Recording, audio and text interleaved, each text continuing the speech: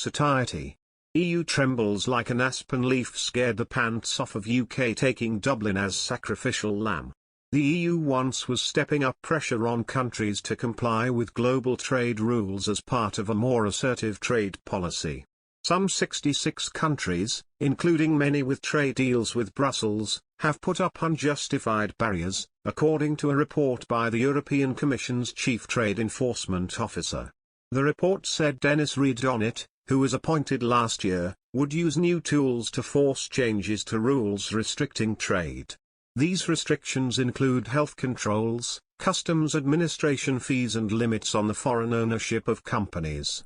Following a 10-year period of intensive, successful negotiations expanding the EU's network of preferential trade agreements, the EU now needs to increasingly focus on their full and effective implementation, said the Commission document published on Wednesday. Most countries have progressively reduced import tariffs but often replaced them with non-tariff barriers that shut out foreign goods and services. Under pressure from member states and companies, the EU has increasingly focused on removing these, notwithstanding its €217 billion trade surplus in 2020. We defend our interests, said an EU official. The Commission has adopted an open, sustainable and assertive trade strategy. This report is about the assertive part. Anxious EU member states are starting to buckle under the threat of Article 16, according to a GB News reporter, who said that Brussels could sacrifice Ireland in order to avoid a trade war.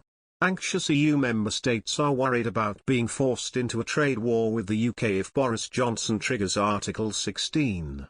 The BBC's political editor Laura Quainsberg reported yesterday that Boris Johnson looks set to trigger Article 16 in the latest escalation in his row with the EU. However, GB News Northern Ireland correspondent Doug Ebeatty said that the EU could buckle under economic pressure to UK demands before it gets to that stage. He said, Article 16 would start a trade war. But what sort of stomach does Europe have for a trade war? Germany's second biggest trading partner in the world is the UK. We are coming out of a pandemic and economies are very fragile. Mr. Beatty continued, would those big hitters in Europe decide to cut off their own markets to protect a small number of people in the far-off western part of Europe? The GB News reporter then suggests that the EU could sacrifice the Dublin economy in order to prevent a trade war. He explained, the protocol effectively says that someone's economy has to suffer in order to protect the integrity of the single market. Europe has tried to say people in Northern Ireland should take the hit in this. It is a rule taker, not a rule maker.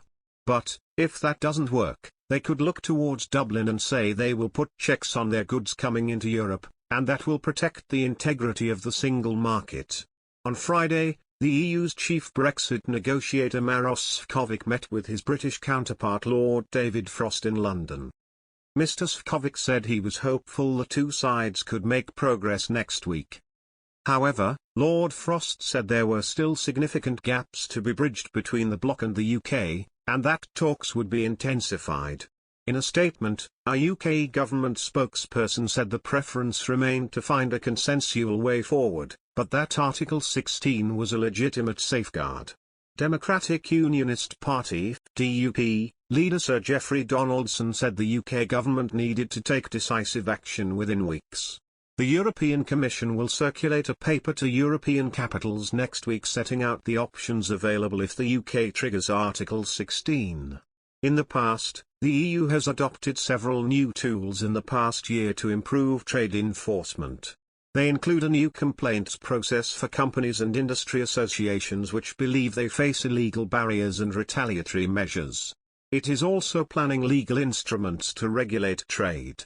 One will tackle distortions caused by state subsidies, aimed particularly at China, another intends to force open government procurement markets, and a third seeks to block imported products that rely on deforestation. Some lawyers fear countries affected by these rules will retaliate, further gumming up global trade.